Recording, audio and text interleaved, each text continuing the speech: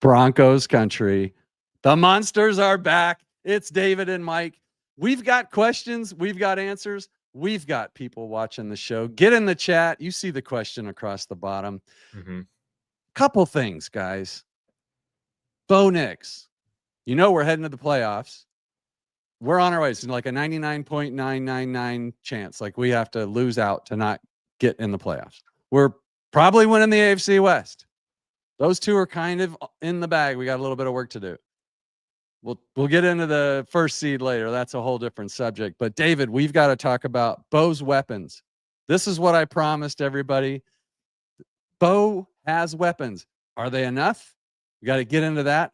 And speaking of Bo, we probably need to talk about where he's at as a quarterback, and maybe even quit trying to comparing to Jake, or John Elway, and let's get real. And maybe we can talk about a couple other Broncos quarterbacks that maybe he, should or could be compared to.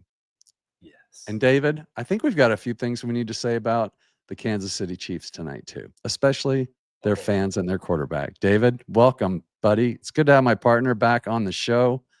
Welcome, chat. Let's go. Yes, Mike, you got me pumped up. I'm bricked up to talk about the Broncos. I'm bricked up to talk about the crumbling of Chiefs Kingdom. We've been waiting for this moment for 10 freaking years. So let's go. I've seen all sort of comments, Mike, 13-year-olds telling me to go F myself, all these sorts of things, talking about Patrick Mahomes, but I love it. I have lived for this moment. You might think that that's pathetic, but I call it being a true diehard fan. It is a turning of the tide. I think we got the better quarterback. We definitely got the better team, and this is just the start. Maybe this is a little too early, but I don't care. Dynasty.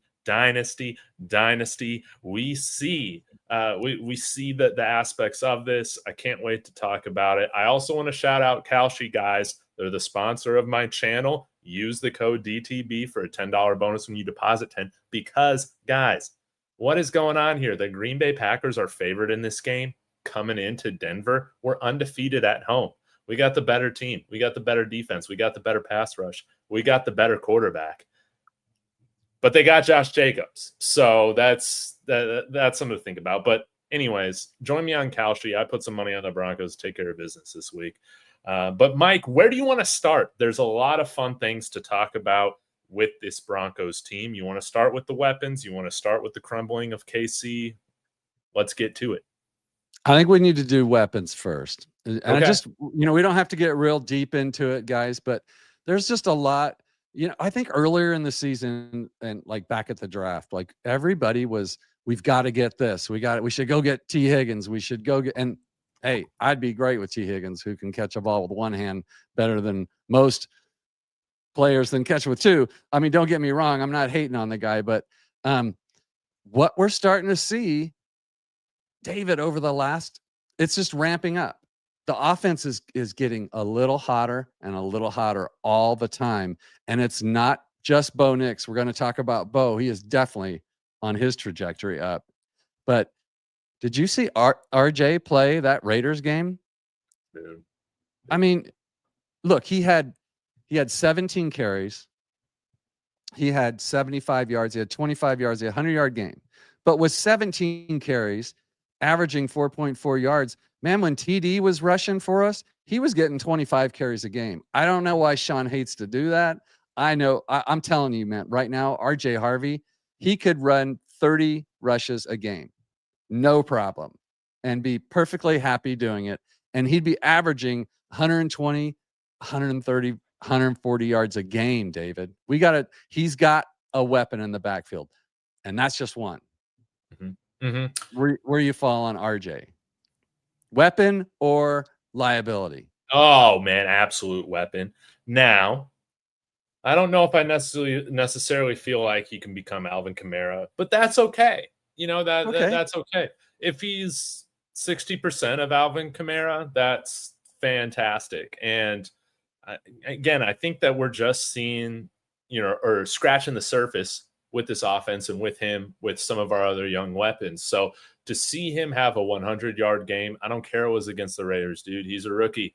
To be a threat in the pass game as well, tremendous. And it was just kind of like how it looked. Running between the tackles, wasn't always just bouncing everything outside. Showed some discipline there and showed some willingness to get some of the tough yardage, not necessarily try and make every run become a big one. And I got to be honest, I trust him already in pass pro, which I think that was the biggest concern with J.K. Dobbins going down. And yeah, he's looking like that 3-down back that we were hoping that he could become. Yeah, that was it was a worry. I don't know if it should have been.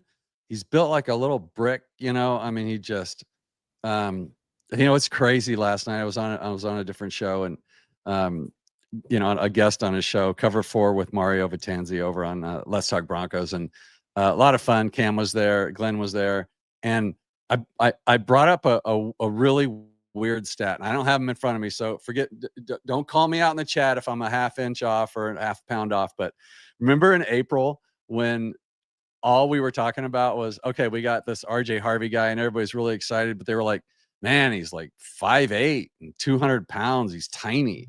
He's just this little bitty guy. Well, guess what? Here's our running back room now. Remember this number, RJ Harvey, 5'8", 205. Jaleel, 5'8", 197, maybe 5'7". Tyler Beatty, 5'8", 197 or something. And then we just picked up Sincere McCormick, 5'8", 205. I mean, RJ's the biggest back on the team. He's our bruiser. I mean, if it weren't for Adam Prentice right now, we would have nobody bigger than 5'8", 205. So I'm going to step ahead a little bit and ask you about Adam Prentice. Yes. What, he qualifies as another weapon, doesn't he? Yes. That's two in the shiver. That's 2 arrows in the shiver, baby. Yeah. Yeah. I love him as a part of this offense. And honestly, I've really grown to just love the fullback position. Maybe it's because it's a throwback position. Not a lot of teams use one anymore, but you're seeing the value of having a fullback on the roster, like a real fullback, not some converted tight end, but somebody who can really run the ball from that position. And it's probably been I guess we had Andy Janovich, but we didn't really give him carries. Is it Reuben Drones? Was Peyton Hillis? Did he play a little bit of fullback? I can't remember. Peyton Hillis was a running back. He was a running back. He was supposed to be. We thought he was going to be a fullback. He was a running back, and I don't remember who got hurt or if somebody got hurt. But he was like 6', 230, 240. Yeah. So he's kind of the same, because Prentice is like 6'3", 245. And Atkins is 6 feet 245. Those are two big boys. But we got to see if we're getting Atkins back. But yeah, that's kind of Hillis. I mean, he was great for us when we had him, but then he was gone. Yeah. Getting him ad and cover. But yeah, I wouldn't mind seeing him get some more carries. And to me, a lot of the great running backs, I mean, Bucky Irving has shown that, you can be a smaller guy and still be one of the best running backs in the league. So, it doesn't bother me too much with the rise of Adam Prentice that our running back room is, a little smaller. Can you get yards? That's really all that matters to me. And I think right now we're seeing both Jaleel McLaughlin and RJ Harvey get yards when they're asked to. And hopefully we can see them kind of break off a big run this week against Green Bay. I think we'll need some big plays from RJ Harvey to get this win. Getting Ben Powers back. I don't know if he's going to return this week or next or the week after that. That's going to be huge for our run game as well. So yeah, stock up with the run game. That's the, young quarterback's best friend. And I do love the fact that we've had Bo under center more, man. That's helped with the rhythm. It's helped with the run game. It's helped the whole offense just, be in sync. Man, we needed to do that, David. I mean, because when you're in the pistol or the shotgun, it just limits you so much. And I don't know if, and we don't know if Bo, Sean just, you know how Sean is. He wants it to be comfortable. He's got a lot going through his head. And the last thing is like, I have to concentrate on handling the snap under center? And then it gets complicated after that because, okay, so I played quarterback, right? This, nothing like pro stuff, but like even taking a handoff and then or taking the snap and then turning to do a handoff, you have to start with this foot and go to that foot, this foot, and then you make the handoff. It's way more complicated than that. Like, it's so unnatural when you haven't done it. It takes a while to learn.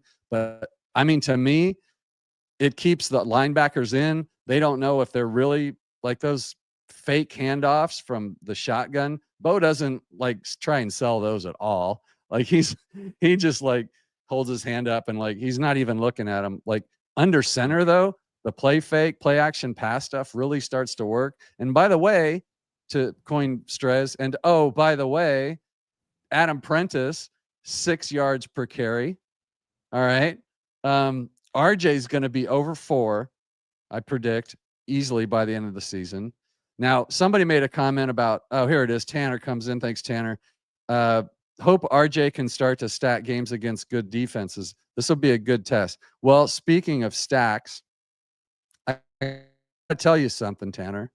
The game against the Raiders, RJ went up against 13 stacked defenses. And what that means, that 8 or more people in the box to stop the run. They were lined up for the sole purpose of stopping RJ Harvey from running the ball. He had 10 successful runs against 13 attempts, which is the best the NFL has seen since 1922 or 2022 when Derrick Henry did it. Like, that was big boy stuff. Like, I know the Raiders are not a great team. These are NFL football players who were trying to put a pounding on little RJ, and he was not having it. So that is, I'm not a stat guy. I don't put a lot of faith in QBRs and EPA dash whatevers. They mean stuff to people that will tell me what they mean, but without context, they don't mean shit. All right. Mm-hmm. The context is they were doing everything they could to stop him, and they did not stop him. The only thing that stopped RJ was Sean Payton not giving him more looks or more runs, but we didn't need it because the game was a blowout. Dude, we were already getting freaking 3 8-minute drives, right? 3 mm-hmm. plus over 8 minutes. One was over 10 minutes. Yeah. So people want to get on Sean Payton because he makes dumb play calls every now and then, like every offensive coordinator. But he makes less dumb play calls than the bad ones, right? And you really, final score, okay, 24 points. But the way in which they methodically did it, dude, he called as good of a game as you could ask for. He was playing with his food at the end of the game, David. Like you said the other night, I forget what show we were doing or which episode we were doing, but you said that we were just being good sports. You know, yeah. Hey, get them they get a little competition ribbon. You know, you tried. And then, but I see in the national media how the Raiders took us. The only difference in the game was a punt return. Like, come on, just obviously you didn't watch the game. Let's go to the wide receivers. Here's some weapons for you. I'll give you, David, I'm going to give you one guess. Who averages the most yards per reception on the team, would you think? Dude, it's not a test. It's got to be Cortland, right? It's got to be Cortland. You would think. Oh, no. It's only Pat Bryant then. It's Pat Bryant, man. I'm telling you, this guy is a star in the rise. Let's go. He has not had, all the targets yet. He's got almost a third of the targets of Cortland Sutton. He's got 36 versus 88 for Troy Franklin. Hell, even Marvin Mims has 35.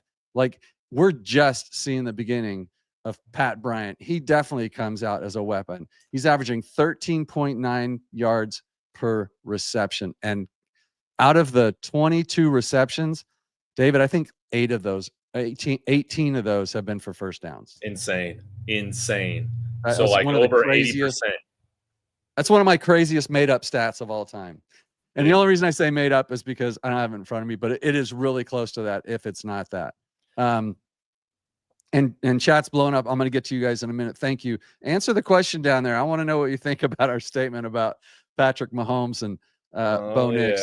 I'm not going to say that somebody made me put that in there, but we want to see what kind of reaction we get. Cortland Sutton second, David.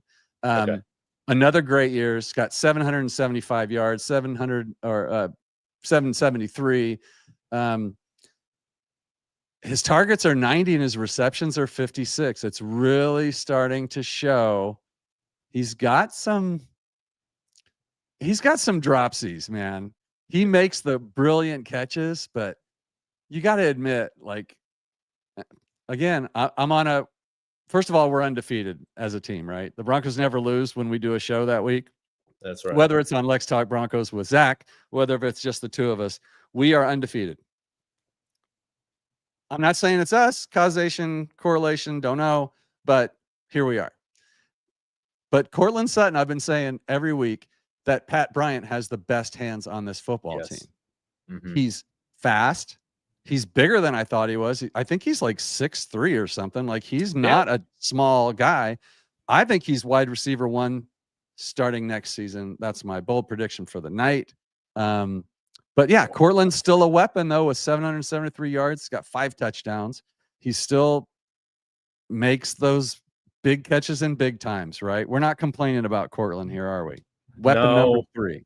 No, I think it's going to be close, but I think he'll get another 1,000-yard season here, which will be great. Cortland is very much like DT in that respect, where just kind of had the dropsies, but of course, maybe not necessarily the upside that DT had with his big playability. But, you know, Cortland, all reliable, always coming up with the clutch catches when needed. And I think we got, in terms of these big receivers that Sean Payton loves, with Cortland Sutton and an emerging Pat Bryant, I think you're getting at something here, Mike, where we'll talk about this here in a little bit. But when you look at, you know, some of these other guys that became wide receiver 1s for us, Brandon Marshall, Demaryius Thomas, you know, some of these guys, Rod Smith. You know, I can't really speak to Rod Smith's rookie year, but I mean, maybe you can speak to it, obviously. But, you know, kind of a slow undrafted wide receiver that, he's an undrafted wide receiver that nobody expected anything of, and then just like Pat Bryant, just kept, and he wasn't that fast. He just kept working, kept catching the ball when it was thrown to him, and started to become more and more of a factor, and got more trusted by the quarterback, who you guys might have heard of, and ended up being the greatest undrafted wide receiver in the history of the NFL. So not comparing anybody on this team to anybody on those 2 Super Bowl teams, but that trajectory is not unheard of. And I see enough from Pat Bryant to, if the ball's thrown to Pat Bryant, I expect him to catch it every time. It's just so rare when he doesn't. Yes. And again, like these guys don't need to break out and have a 1,000-yard rookie season, man, to come in and be that number 1 option year 2. Again, as long as we're just seeing flashes year 1, I think that's very important. And you see them get stronger as the season goes on. So, I mean, like DT, I know he was like injured, but and maybe with Brandon Marshall too, like neither of these guys really got onto the field to the second half of their rookie season. So I think Pat Bryant's right on schedule for being the 70th overall pick. And again, we'll find out this offseason how much they believe in Pat Bryant in terms of becoming a number 1 option, because it would allow us to spend our free agency dollars and our draft capital in some other at some other positions, which could be a lot of fun. But I want to see him continue to emerge as this season goes on. All the pieces are starting to feel really good when it comes to leading towards a nice Super Bowl run. Do we have? So I guess the bottom line, I asked the question. In fact, I made the statement. You know, Bo's got weapons. We obviously have enough weapons to get deep into the playoffs? And we haven't even talked about Marvin Mims, who's got 5 touchdowns. We haven't talked about Troy Franklin, who's arguably, his hands are a problem, but he's got 5 touchdowns this season. Look, so even like our not great receivers are doing their part, and that's what you need. You really need 2 really good receivers and then somebody to blow the top off. We're really close to having our wide receiver game going for us for Bo Nix. He's got the guy he can trust. He's got 2 guys he can trust. He's got 2 guys that pick up a lot of first downs when they catch the ball. He's got Troy Franklin, who can blow the top off almost any defense, and honestly, he's having a better year this year. Yes. Let's be honest. I mean, he's improving. Like, someone was postulating last night about thinking he's going to be gone next year. And I didn't want to roll my eyes on the show, but it's like, that's not happening. That's like, insane. That's insane. He's on a rookie deal. Yeah. You can't cut people like that and then complain about how we don't develop players. Like, this is the perfect guy to develop. He can catch the ball. And the reason he catches with his body sometimes is because he's still nervous about drops. He will not drop a ball all day in practice, catching with his hands, one hand, all that stuff. It's just repetition. He's going to come around. Little Jordan Humphrey's back. Adam Troutman's a weapon now all of a sudden. Evan Ingram's he's climbing the list. David, everybody's climbing this list. And you know why? It's because Bo Nix is getting better. The offense is getting better. Let's get into that. Set us up here, David, would you? Let's actually, we got to reward the chat here. If I miss somebody, I'm sorry. I got to get somebody else to run this board because I'm just not fast enough. Jaleel running time. Hard also. Yeah. Is it Vincine? He is. And let me just let you know, Jaleel has worked himself all the way up to 3.8 yards. Okay. So but gosh, he's only played 4 games. Like, this really isn't his year. We'll see what happens for the rest of the year. Marky, our good friend of the show. RJ's a big back. He's short, but he's built like an absolute tank. Yeah. I mean, he is. Like, David, you remember that picture that came out of his calves, like from training camp, and it was like they measured that. It was bigger than my waist, and I'm just over 6 foot tall, so you can tell what a skinny little rat I am. But yeah, that he is not a small back. He's a short back. What do we got here? My man Tanner Prentice is greater than 22 Janos. Good call back. About it. Anybody remembers 22 Janos? Yeah, for sure. Those Janos are tough years. Yeah, tough years. Thanks for that. Nice surprise for sure. T Fishes is always in the house. The biggest question with Harvey out of college was, can he block? Answer is yes, he can.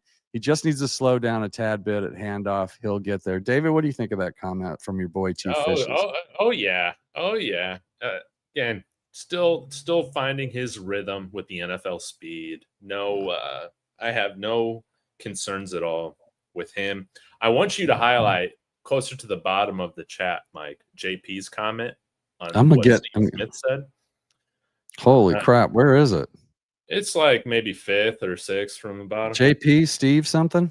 Yeah, Smith? Yeah. Said Steve Smith recently said if he could build a wide receiver core of any receivers, he wanted Pat Bryant. He would be one of the receivers on his team for his hands, and also said he's the real deal.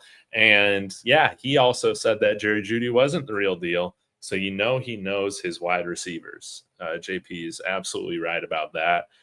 Yeah, I think we got a steal in the 3rd round with Pat Bryant, man. I really do think so. Mike, any other comments on that? No, I'm not, but I do want to reward the viewers here, guys. I'm sorry. Let's go to them, and then let's talk. Can we do Bo and quarterbacks, kind of like where he's at? Oh yeah, I wanted to get to DeAndre's comment too. Yeah. Here, all right, we're gonna go through. I'm gonna go every comment down. Here we go. We're gonna go. We're gonna do quick round. Powers be back this week or next? Don't know yet. Haven't seen it. I hope he's back. I wanted him to sit out last week, even though he could have gone. So I think, Packers powerhouse team. This is a big game. David? Yes, sit him out this week. All right. Franklin end up with more reps this game with Pat missing practice. No, he'll be fine. Pat will be fine. Pat should play. Play this past game. Yeah. Also, like how we're not throwing backwards passes. Yep. Don't need to because the run game's working. Shout out to Skinner for being special team beast. He made the block on a big, huge block on Mims's punt return touchdown pass. So great comment there from our friend Vincent Vicine. Hey, man, put something in the chat that tells me how to pronounce your name so I quit screwing that up. DSW, I still want to see Tillman as fullback or tight end. He's got the second best hands on the team, DSW, no doubt. Yes. Next week. Shut up, Marky. Don't ruin my day. So he must be talking about Powers. Thank you for looking that up. I should just make him like start Venmoing Marky like every week so that he can run the board to make sure all the comments get and do all the stats for us so you and I can just sit here and BS all night. Yes. Tell him, Mike. I don't know what I'm telling him, but I will, Marky. You know, I always tell him. Yeah. I think we're so. winning it all. What do you think of that? What do you think of that comment, David? This one's right up your alley. If Dobbins comes back, I feel like we're definitely winning it all, man. No doubt about it, man. I'm drinking the orange and blue Kool-Aid. You got your glasses? Yeah, they're on my other desk. All right, we won't bring those up. I'm going to bring these comments up here, so I'm not looking down so much. Facts. Sutton has been the silent leader. Yeah, he is a leader, no doubt. What's up, Richie Rich? My man, Rich. Loved your show the other night, by the way. Yeah, get some Gorilla Glue. Off topic. Why would you go off topic, DSW? Greenway's not played defensive team at the caliber of the Texas Broncos. No way. Wait. What? He's talking about Green Bay. Oh, Green Bay. Yeah. I thought it was like Greenlaw. That's true. I think Green Bay's a really good team, though. So we're gonna get a fight from them. Wouldn't it be something, David, if Green Bay came in there? And by the way, I think they've only won like once there in a really long time. Like Green Bay does not play well in Denver, so home field advantage is going to be good. But we got to talk about Jordan Love here in a minute. Like he's playing really good football. Yeah. What does that mean? You're going to find out. Stay tuned for that if he makes our list of top quarterbacks. But I think that Green Bay game is going to be a winnable game. I'm surprised we're not favored, but it's not. This is going to be. We're playing well at just the right time, David, for Green Bay. Yes, we are, and we should win this game. Vegas got it wrong. All right, here we go. We finally got a comment from your. Thanks, DeAndre. All right. What is it? DeAndre Weatherspoon. Yeah. I don't want to. DeAndre. Diehard Broncos fan, not getting ahead of myself. Mahomes is a great QB that has gotten it done when it matters the most, and Nix is only in his second year. Nix, yeah, we're comparing a second-year quarterback to an All-Pro Super Bowl champion MVP Patrick Mahomes. Guess what? This year, I think Mahomes is second fiddle to Nix. Exactly. And this is what I wanted to preface with is that, yes, legacy, you can't compare the legacy right now. But when you look at 2025 in a vacuum, Bo Nix has absolutely been the better quarterback. Maybe Mahomes still has some more stats, but when you watch how they play the position this year, I've watched a lot of Chiefs games. I've watched a lot of Broncos games, every Broncos game, man. We'll get into it, but Bo has outplayed Mahomes this year, and not just in the head-to-head matchup. No, you're right. And let's talk about. Should we go? Why don't we do like? Let's do quarterbacks, okay? Like NFL quarterbacks. Now, do you want to get real deep in the weeds in this, or do we just want to kind of? All right. No. Let's. You guys out there understand QBR is, for me, it's kind of a junk stat, but it has some usefulness, just like passer rating does. They all have a little bit of usefulness, but when you see stuff like Jackson Dart is the 7th ranked quarterback on ESPN, based on QBR. I like Jackson Dart. He's a good-looking quarterback. He's fun to watch. He's kind of like Bo in some ways. Like he'll run around and, Bo's a little smarter, but he's in his second year. But he's ranked 7th. David, Jackson Dart's not a top 10 quarterback in this league. No. Dak Prescott, according to this, I'll give you the top 5. Prescott, Love, May, Mahomes, Stafford, based on QBR. All right. So just set this up. I think Bo Nix is 17th on that one. Now, passer rating. Oh my God, they've got people who have like one game played. So you got to. I know you got. Yeah, I don't even want to try and go through this. This is bad. All right, we'll do this. It's Stafford has the highest passer rating in the league. He's having a great year. He's 67 or 66.7 percent, and he's got 3,300 yards passing. Drake May, like it's the Pats. I know we hate the Pats. We're up against the Pats for the first seed. Watch Drake May play the game. The guy can frickin' sling it. He's gonna be a great quarterback for them.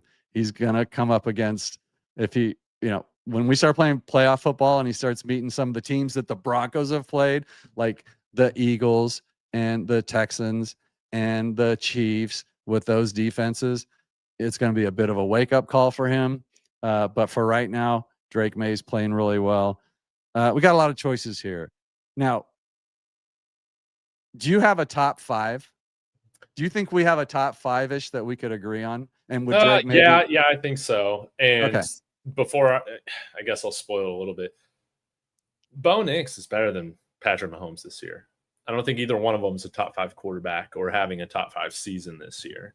But I think in some respect, Bo, man, he's been awesome, in these fourth quarter comebacks. But I think the top 5 that I would give right now, in no particular order, in who I think has been playing the best football, you got Matt Stafford, you got Dak Prescott, Josh Allen, let me see, Sam Darnold, and dude, I'll meet you right there with Joe Burrow, dude. There in the top 5. I mean, he's all right. Okay, wait. No. Totally say your 5 again. I'm gonna say which Stafford, Allen, Dak Prescott, Sam Darnold, and I'll throw Joe Burrow in there. If not, all right, you don't have to. While I'm talking, all right. So I agree with you on 4. Yeah. I don't know about Dak Prescott. He is top. He's 6 or 5 for me. He's right there. Let me just look and see who am I forgetting, because I don't, because Lamar Geno hasn't Smith had a good year. Geno Smith. Yeah, Geno Smith. Okay, so there's my top 5. All right. Obviously, I don't even need to say I'm joking, right? Yeah. I just think Burrow, when he's healthy and playing well, like he's just so damn good. I can't exclude him. But gosh, man, this year Dak Prescott really is having a great year. Sam Darnold is great. Man, it's tough making a top 5. But Bo ain't on the list, guys. No. Like he's not quite there. We're kidding ourselves. But guess what? Neither's Patrick Mahomes, David. No, and that's your whole point, right? Yes. All you need. This is what I'm trying to get at. Yes, having a top 5 quarterback definitely increases your chances to win, right? Nice. But all we need for a well-built team is an elite decision maker, somebody who can manage the game. Okay, Patrick Mahomes, when he chooses not to just throw hospital balls like he did this past game, a bunch of interceptions, getting his guys laid out. When he manages the game, dude, Chiefs win a lot. Okay, Chiefs win a heck of a lot. This is why I feel so good going into the playoffs, is that our team is at the place where it's at right now, not in spite of the quarterback, which is great, but also not solely because of the quarterback play either. when you talk about the weapons, the reason I think the weapons are looking so much better, right, than compared to years past is because Bo Nix over the last couple of years has grown in being a better game manager. And I think he's distributing the ball better than what we've had here the last 10 years. Yeah. So, yeah, like that's all I'm really trying to get at. I could see him getting into top 5 categories, eventually. But maybe next year. Dude, maybe next year. Awesome. But when it comes to building a legacy, dude, you don't need that. You don't need to be in the top 5 in passing yards and all this stuff all the time. I think Bo was close to top 5 in total touchdowns last year, actually, now that I'm thinking about it. But you don't need that. All you need is a fantastic game manager. And the teams that have won, and they just manage the game. And they usually have a pretty good defense too. So, again, you can say, well, Mahomes leaned on an elite defense to win these Super Bowls. I agree with that. But it's not the shot that sometimes I make it seem, right? Sometimes that's the right way to play the game when you have a really stacked defense. And it's something that I think we should look to emulate as we get into the postseason. Bo Nix has gotten better every year he's played football. That doesn't always happen. He did it in high school. He did it in college. He's doing it in the pros. He is he's tied for 12th in touchdowns, passes, scoring points, the number 1 job of a quarterback. We've been brought into this world of stats and pro stats and advanced stats, and then now it's advanced analytics, and it gets, man, I love listening to that stuff, especially when Zach Seegers talks about it, because he does have a way of making it mean something to a Neanderthal like me. But at the end of the day, what do I really care about? They say wins aren't a QB stat. Well, touchdowns certainly are. Okay. Like if you want to argue whether wins are QB stats or not, but then you just can't talk about the winningest quarterback of this, of that, and then have it mean something. Here's why people started to think you needed an elite quarterback to win Super Bowls, because we went through a period of time after the NFC dominated the Super Bowls for like 13 years in a row. The Broncos came in and beat the Green Bay Packers to snap that streak of 13 straight NFC Super Bowl dominations with John Elway, the number 1 overall pick in the draft. Now, fast forward a few years, there was a time where either Peyton Manning or Tom Brady and maybe one other guy slipped in there and won Super Bowls. Tom Brady was not a draft pick hero because he was a 7th or 6th round draft pick. But I mean, he's one of the best quarterbacks that ever played the game. And so we got spoiled thinking that's the only way to win, is to have that. But that's only recency bias. You don't have to have, you just need a good quarterback. And Bo is already a good quarterback, and I'm predicting he's going to be a very good to great quarterback next year, and he'll be elite by the time he signs his second deal. He is he's definitely on his way. I think we can talk. I think we got a good top 5 there to close out that where we see Bo. I have him about 12th right now in the league. Yeah, David, I think that's about right, and that's okay. Yeah, I don't know. I haven't come out with that full list, but I would imagine I'd have him somewhere around 10. Yeah. We'll do. Yeah. So next week we'll do a dive on that, and then we're going to have the Green Bay game behind us, and we're going to be talking about playoff scenario stuff a lot next week. So make sure everybody in the streams, both streams, like and subscribe to both of our channels, please. We are like brothers, man. We need you both. David's doing so great. He's got like twice as many as I do, but I'm not complaining because I have a lot of you out there too. And you guys make me so happy. And I love this comment from SW comes in. He says, "Nah, not that one, this one." There we go. Just want to say you both do well as a great collaboration together. for the same team with different opinions. Of course, like we're not going to bullshit you guys. Just because we're brothers in arms and Broncos, we're not going to be fake. We're just going to be who we are. If you were sitting here having a drink with us, we'd be exactly the same idiots we are on this screen, except maybe not as good looking because I got this nice lighting up here.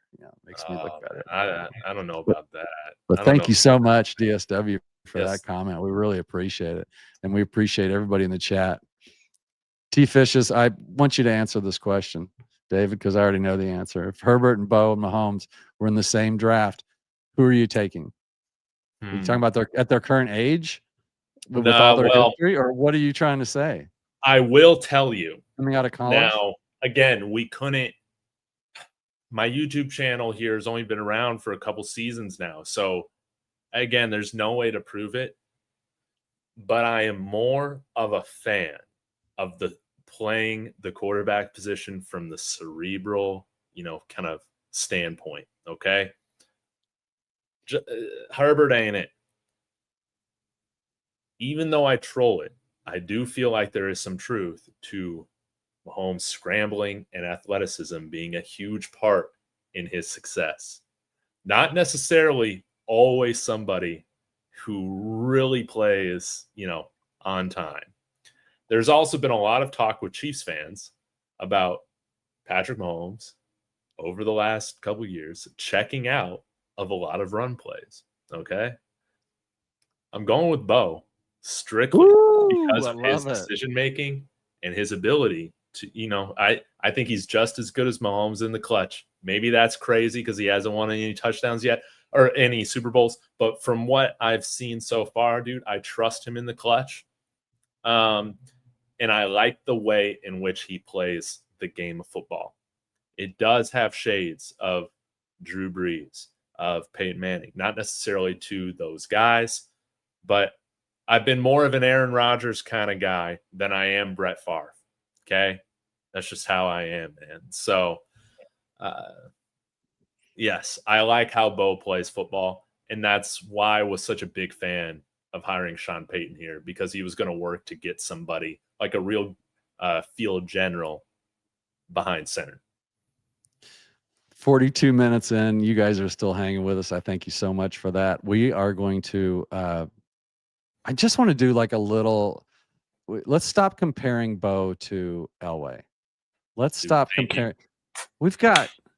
There's a couple other, Dave, that might make more sense. Yes. And one of them, interesting enough, because he was a draft pick of ours, and he was a later draft pick, is Jay Cutler. Yes, I want to talk about this so bad. Okay. So let me give you some general. Okay. Mike Shanahan. We came up to, we thought about talking about this like 2 minutes before we came on the air. So, we draft Jay Cutler.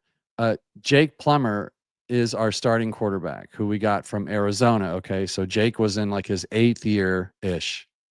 Please, chat, don't attack me because I'm just going off memory. But he'd played like 5 to 7, 8 years at Arizona, and then we signed him to the Broncos. Okay, so that's not an actual but we can't really compare apples with him. But it's still interesting to look at. Jake, and I'll start with Jake first, David. Yeah. When Jake Plummer came in, we were very excited because Elway was gone. He wasn't coming back. Brian Greasy was the next quarterback who not good. Like when Jake came in, we were like pretty excited. Like he's a little wild. But here's a couple of things I want to show you. This is a quarterback that came in to play for Mike Shanahan in this offense. So he still had weapons around him. He was a running quarterback who was really bad. He would always have like the same amount of touchdowns as he did interceptions. Yeah. So that was his reputation. Jake the Snake. He came in. He only played 11 games his first season. This is in 03. He went 9-2. Okay. He 62% completion. He had 15 touchdowns to 7 interceptions. We were like, okay, it kind of works. Now he played 2 full seasons next. He went 10-6. All right. In 04. Another, 58% completion, 27 touchdowns, 20 interceptions. He was living up to his reputation of who he was. Now here's what got interesting. In 2005, maybe some of you don't remember this, the Broncos had a good football team. We went 13-3. Yes. Okay. This is his third Special year. season on a team in a Yes. system. So this is a professional, highly regarded, not a second year quarterback, David. He's a professional. He's in his, well, let me go back. So this is 97 was his first year. We're in 2005. He's in his 8th year now, 8th or 9th season, whichever. I think it's 9th season. He goes 13-3, 60% completion, throws for 300 yards, Wow. 18 touchdowns, 7 interceptions. Clearly one of his best years. Okay. He stayed all off season in Denver leading up to that season. I remember him talking like about he it. He committed. didn't normally do that. Yeah. Yeah. Well, and there was plenty of shrooms and there was plenty of weed and he could hang out and, do all that, which is great. But I honestly, we got all the way to the AFC Championship game. And for a squad that looked like it was a year away, sounds familiar at the beginning of this season. His last season, so in 2006, we draft Jay Cutler. So Shanahan went a little cuckoo. We were 7-4, and he benched Plummer. Well, he had thrown 11 touchdowns with 13 interceptions, so he was getting a little bit, bad. Jake. It was not good. It was not good. It was 7-5, and Shanahan said, "Screw it, we're starting the kid." Now, what are your overall thoughts on Jake Plummer? I know you don't. You haven't watched a lot of Jake Plummer. I know you like him a lot. I know you've seen his highlights. But I mean, when you hear those numbers and you kind of hear the history, it's pretty cool that a Jake Plummer, who was probably, honestly, maybe the 17th ranked quarterback in the league, we went to the AFC Championship game with him. Yeah. Man, I love the Jake Plummer years as a kid. And my dad was so pumped when we got Jake Plummer. And we always had like Sunday Ticket growing up. So, because I think Sunday Ticket was around then, right? Wasn't it? Unlike the Dish or whatever. So, I don't know. Yeah, because I just remember watching all the Broncos games, dude. So yeah, it was. And again, like I was really confused, especially as like a kid at the time. It's like, man, we just went to the AFC Championship. What are we doing drafting Jay Cutler? And honestly, I wonder how just the vibes of the team would have been in 2006 if they didn't do that. Because, once you draft a quarterback, dude, everything changes. But yeah, like after you kind of say, hey, Jake, you're not my guy, it wasn't going to end well. It wasn't. No, it's over. But some of the things that I really liked about Jake in this Shanahan offense, again, getting him under center and doing a lot of play action, a lot of the bootlegs, that's why he was like so successful. Again, we didn't have an offense that lit the world on fire, but we had a really strong run game and we had really great weapons. I mean, wasn't Javon Walker like one of our main weapons that year in 2005? Oh boy. Yeah, that was cool to see. And I don't remember Javon Walker being able to catch anything, but dude, that could be a bad memory. I don't know. I remember Javon Walker, man. I like Javon Walker, but yeah, again, I was just a kid. But anyways, when we drafted Cutler, I'm very curious on like what your feeling was of him during his 2 seasons in Denver compared to like how you feel right now with Bo. Because I remember, dude, like we would always lose like those last 2-3 games of the season to go 8-8. Those last couple of years with Shanahan, we could just never close to make the playoffs. And, then obviously Mike Shanahan's fired, McDaniels trades him.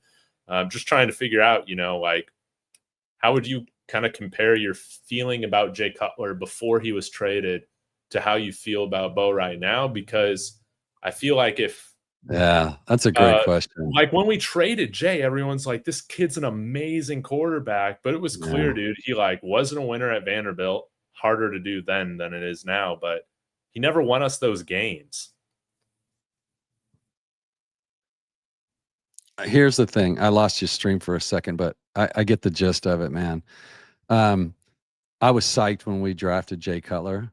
Most of it was, I'm just such a huge fan, and to invest a first round pick in a quarterback, and I went and watched a few of his Vandy highlights or whatever, and I was like, okay, but it was really the combine. Like he just looked cool and collected. He had a rocket arm, and I'm like, oh man, he's Elway 2.0. Let's go.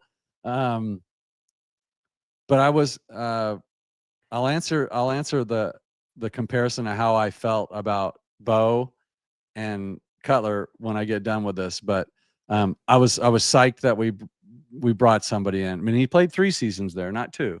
So I'm pretty sure, if I remember right, that's he played right, 3 because he had half his rookie season. He sat out for half a season and then took over for Plummer. You know, I used to do this thing during the interviews when they would interview him, right? And it was just something stupid. Like Jake Plummer always kind of seemed like, you know, he was kind of out of it during the interviews, and he wasn't really paying attention, seemed that bright or whatever. And that was just a bad, you know, I was younger too. Believe it or not, I was young at some point in my life. And I just always thought he kind of seemed like he wasn't that bright. Like he just never felt like a Shanahan guy. And Cutler did this thing where he would nod his head when people were asking him. He would just sit there and go, yeah, yeah, yeah. And he would almost start answering the questions before they finished. It turned out he was just kind of a douchebag, but for some reason I thought it meant like he was like this really sharp guy, and he was really I loved his arm. He would have you know, he'd have these flash games where he would do something miraculous, and he had, you know, we had some fun receivers on the team. What was the little rookie that kind of, the little short guy that he set like the franchise record one day for like most catches in a game? Like they just had God, I almost said Rice, but it's not. You'll have to look that up. But Cutler was exactly what you said. Like his best record in Denver was 8-8. I mean, really what it comes down to, he had 25 touchdowns, 18 interceptions in his best season. But he was no different than Jake Plummer, dude, really. And like it's the coach quarterback conundrum thing, right? Like if those two don't mesh, then it's just not going to work. Like those two are joined at the hip, just like the monsters here, guys. We're joined at the hip. Yes, like, yes. But this is what reminds me, man, and it's why, again, like some quarterbacks are my style. Eddie Royal, thank you, JP. Yep. Yes, I love that. Eddie Royal. But it's like Jay never got better at some of those things that you just wanted to see him eliminate from throwing off the back foot, the bad habits, like the untimely poor decision making.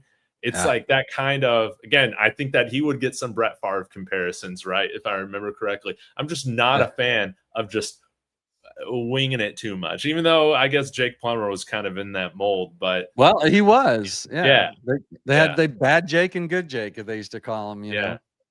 No, I agree with you 100%, man. Jake didn't show, like by year 2, I was like, I don't know, like something's not right with this guy.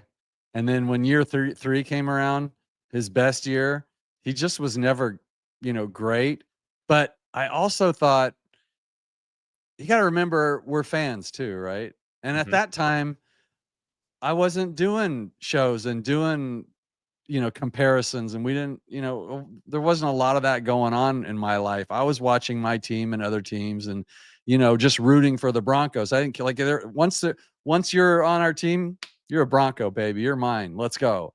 And so I was like, come on, Jay, you know, let's get this done. We're gonna build around it. Next thing you know, they fire Shanahan.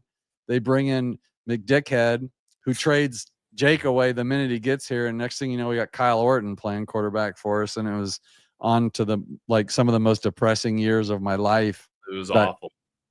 It was awful. But The point of all this, guys, and thanks for hanging with us. Here's where we're at. Bo Nix. Okay. So we've talked about Jake. We've talked about Jay. First of all, Bo Nix has never lost anywhere near the number of games per season the first year. He went 11-2 so far his second year. He's just a little baby. I don't care if he's 25. He's just getting started, guys. Like, this game is different and it's hard, and he's already surpassing those quarterbacks that he can be compared to, because one, they were Broncos, two, they were kind of running Broncos. He's kind of, but he's smarter. He's got, remember, I think way back, David, 2 years ago, what a weak, limp arm Bo Nix had. Remember all the talk about he didn't have the arm strength to play in the NFL? Are you effing kidding me? Never thought like, that. I never thought that watching. Well, we didn't so think weird. it, but that was the national narrative, Yeah. and that's why the narrative is how it is now. Why nobody's sold on Bo Nix is because they spouted off already and said that he would never make it, and now they're just trying to make it happen because they can't admit that. Man, you know what they would do if I was on ESPN 2 years ago and I said, I don't see it in Bo Nix, man. He's too wild. He doesn't have the arm strength. I'm just not seeing him be an NFL quarterback. A year later, I would come on ESPN and go, hey, guys, play that clip from last year when I said this about Right? Bo Nix.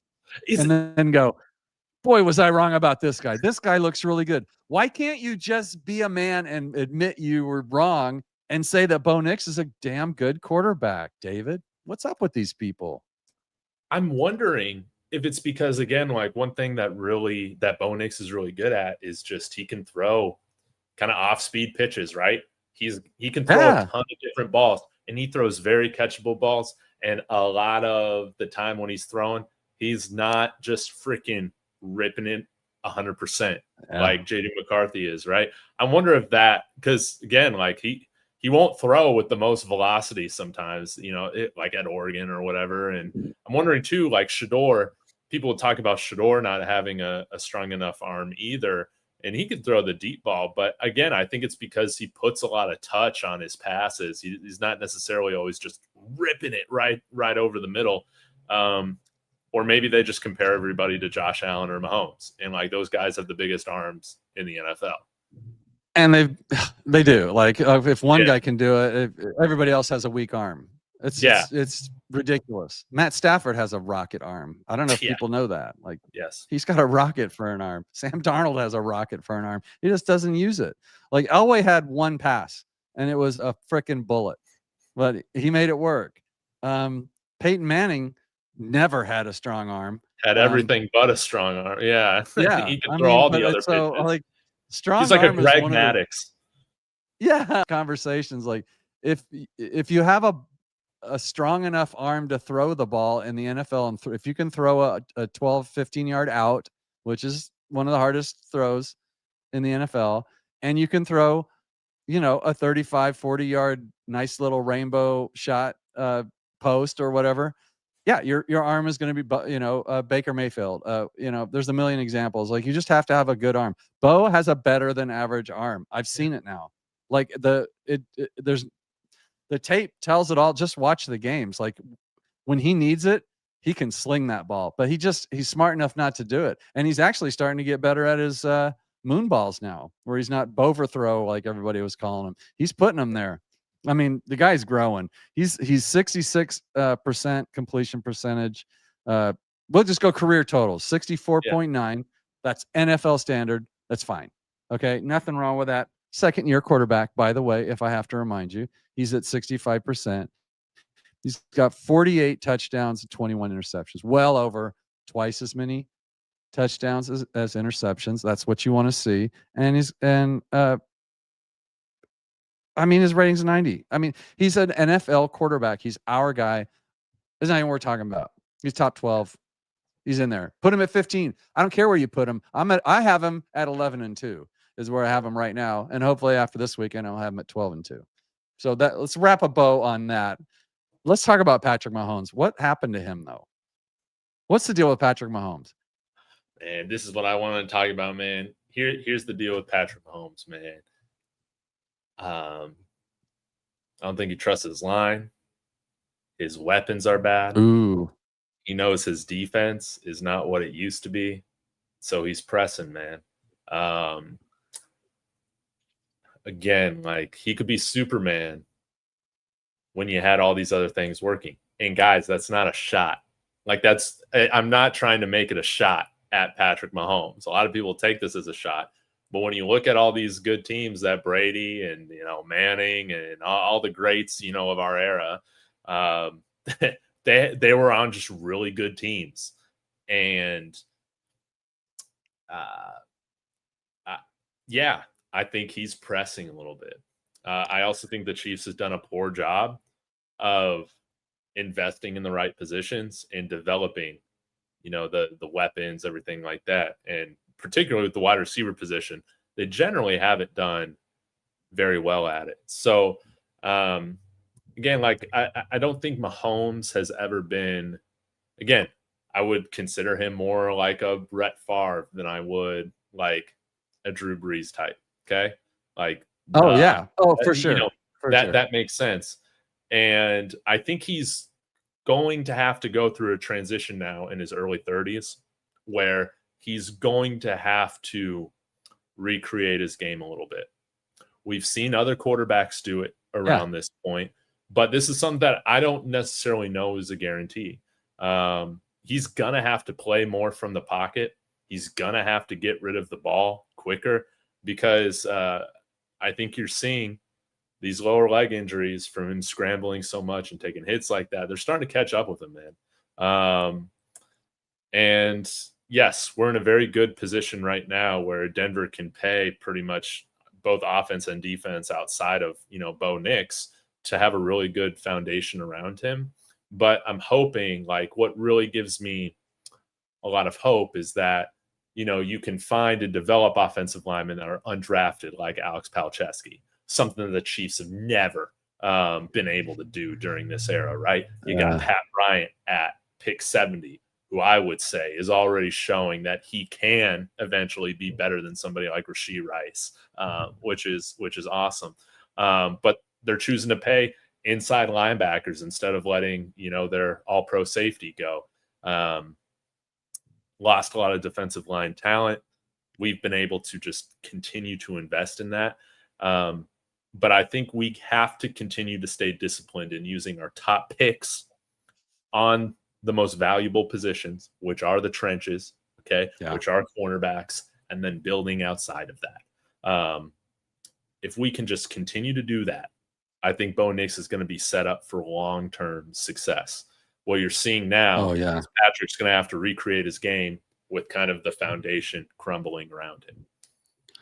Here's another. I love that, man. I've been wanting to talk about this too. I'm so psyched. Let me say something about it's not just Patrick Mahomes, but a big part of it. That team was so spoiled on getting every call from the refs for so many years that they now think that they're being targeted as, all I see from Chiefs fans is we're way better than our record. So whatever, like you can make that argument if you want. It's your team. I have no problem with you making that argument, but don't talk to me about how penalties are the reason you're losing. I just want to give you thing. And I'm gonna say, Strez, thanks again, because I'm gonna use one of your terms. Okay. The Denver Broncos are the most penalized team in the NFL. More penalty yards than any team. So welcome to the club, Kansas City Chiefs, that you're not getting all the calls and that you now have penalties. But, oh, by the way, you're not in the club because you're not even in the top 10 most penalized teams. You're just in average penalized teams. And you're just not used to getting penalized for anything. Like the whole rest of the league hated the Chiefs because every time Patrick Mahomes would throw an incompletion on a third down, there's going to be a flag holding something, and their offensive line could play by another set of rules than everybody else could. Oh, they did, and it was ridiculous. And so I just want to let you know, Chiefs fans, that not only are the Broncos one of the most penalized teams. Let me give you a few names of teams that are penalized more than the Chiefs. The Jaguars, the Eagles, the Cowboys, the Texans. The Chargers actually are about tied with you. They have like 4 less penalties with you. You know what all those teams have in common? You lost to those teams. Okay? You lost to every one of those teams that has been called for way more penalties than your Chiefs have. So quit crying about penalties. You're just not used to it. We all live with it. No more. Nobody lives with it more than the Denver Broncos, David. These guys crying about penalties is just tears of gold to me. Like, it's just had to happen.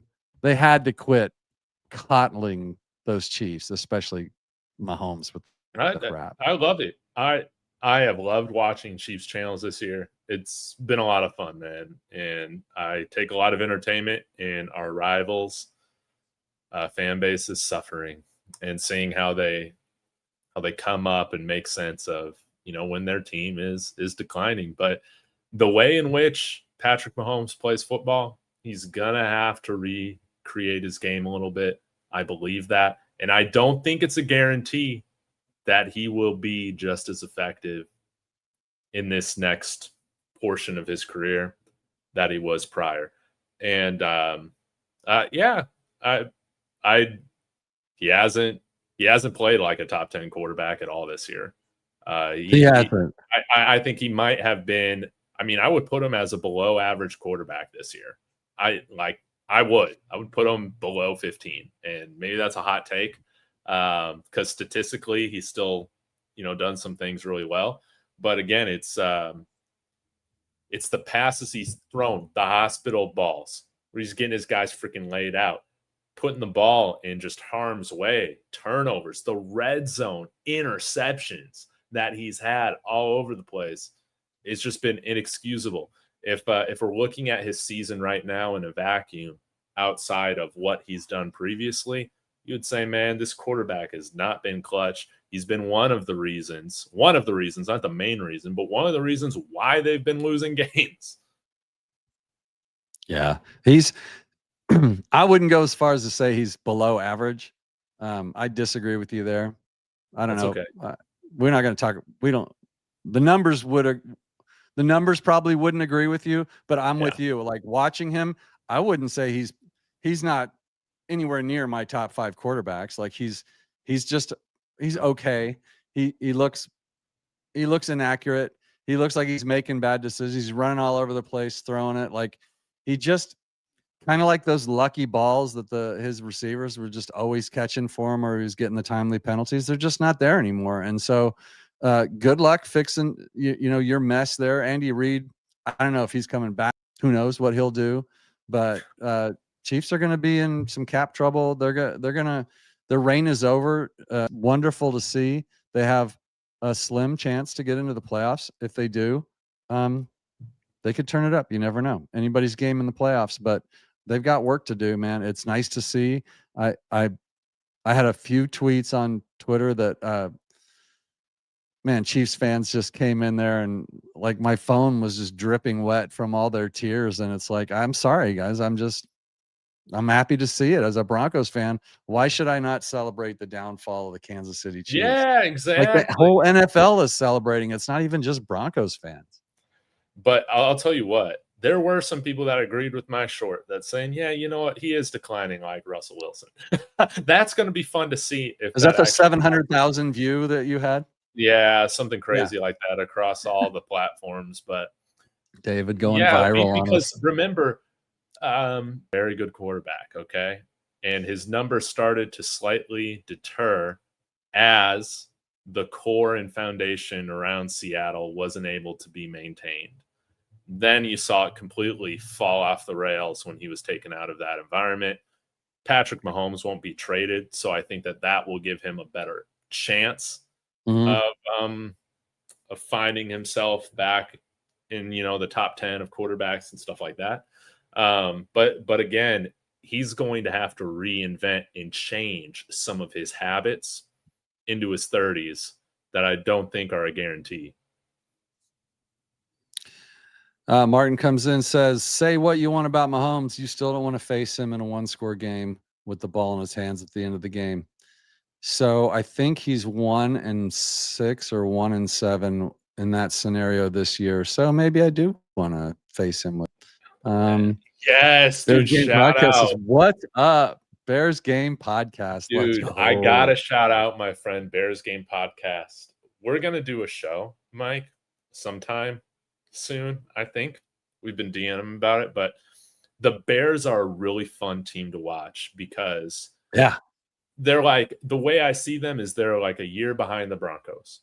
You know, new coach this year, new regime, and Caleb Williams has been playing awesome football. It's been inconsistent, just like Bo Nix has been. He's a rookie-ish. Yeah, but seeing the flashes, especially at the end of the games, he's been great at. And now he did throw that interception against Green Bay this past week, but man, that's okay, dude. I'm not even stressing about that. This Bears team and the culture that they got right now, they're going to be better from it. That very much reminded me of the loss that Denver had against KC last year on the blocked field goal at the end of the game. The Bears with Caleb Williams and Bo Nix, I think they're a little bit more similar right now with how they're playing and their team structure, and just kind of how they feel at quarterback than I would have ever anticipated going into the coming out of the 2024 NFL draft. They're a fun team to watch, man. Yeah. Well, Bears Game Podcast, if you're still on, while you guys are working out the details on that show, maybe we'll have you on this show next week. Ooh. And that way we can get to know you a little better, and our guys can get to know you a little bit more. So David, you guys can talk about that and maybe set that up. Maybe we'll have a guest host. Too bad we we don't play you, the Bears this year, because that would be fun. But at least we can talk about it. You guys are right in that playoff hunt, so maybe we'll work that out. That'd be fun. Yeah. We got to beat Green Bay for them, and then Green Bay is back to playing the Bears the following week. So they had Chicago, Denver, Chicago. Like that's a tough 3-game stretch for the Packers. Yeah, JP, that Bears run game is the real deal, no doubt. Ben Johnson, we trust. Bears Broncos Super Bowl. Now that would be something, wouldn't it? Holy crap! He says absolutely. All right, well, we'll work it out. We'll get you on next week, and we'll do a 3-person monsters. That's why I got the S up there for you. Never know how many monsters are going to show up. Really? David, what a banger show, man! I mean, we crushed it. We delivered what we said. We talked about the weapons. We talked about the offense heating up. We slandered the KC Chiefs. David's title. What was the title of your show? Bo Nix is better than Patrick Mahomes, or has surpassed Patrick Mahomes. Yeah, we talked about it. We don't make promises we don't keep on monsters, guys. That's what we do. You can always trust on us, and we always trust on you guys to be fire in the chat, to like and subscribe. Check out Kalshi by all means, guys. This equipment is none of it's free. None of our wants to spend our money on this stuff, but we do it because we love talking about it, and we love having you guys in the chat. You guys are the best. I think we got the best chat in all the shows. I think this show is going to be the best Broncos show of all time by the time Dave and I are done with it. So get used to these bearded, smiling faces, because we're not going anywhere, are we, David? No, man. We're just getting started, dude. Just getting started. Just like the Broncos in having a reign of terror in the AFC West, man. Chiefs fans still aren't at that place in the stages of grief that it's over. Y'all had a great run, man. You had a great run, dude. Y'all are old, crusty. You can't draft, you can't develop, and you got $70+ million of cap to clear before you can even get cap compliant. It's going to be a mess still this year for KC. So we'll have to see. We'll have to see how it all goes. But it's the Broncos division now, just like it's always been outside of a few years. Yeah. The world is tilted right. Everything's back to the way it's supposed to be. The Broncos are in charge of the AFC West. We can all relax. The world has found its equilibrium. The universe, the Lord above, has finally decided enough is enough and brought normalcy back to the world. So for all the Broncos fans and my best guy, David Talks Broncos, follow him over there on Twitter, on YouTube. Don't forget, if you're a Buffs fan, he's got a David Talks Buffs show too. Get over on YouTube and find him. You know where to find us. Carmelini for David. We will see you all next week. And David's going to get a hold of this nice gentleman here. We're going to bring him on. And so after we play the Packers, we're going to be able to give him some scoops on how the Broncos beat the Packers. And until then, go Broncos. We'll see you next week. Thanks, guys. Go Broncos. Thanks, Go Mike. Broncos. Woo! Love that.